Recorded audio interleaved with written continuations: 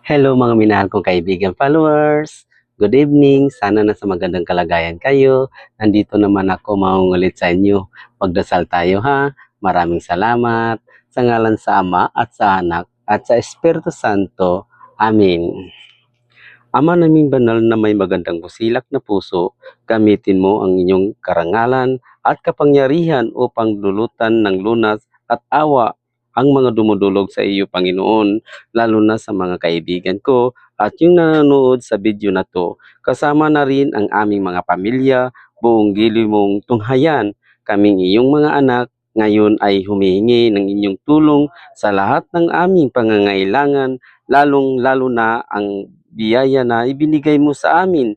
Palakasin mo ang aming katawan at mahabang buhay ngayon at magpakailanman. Amin.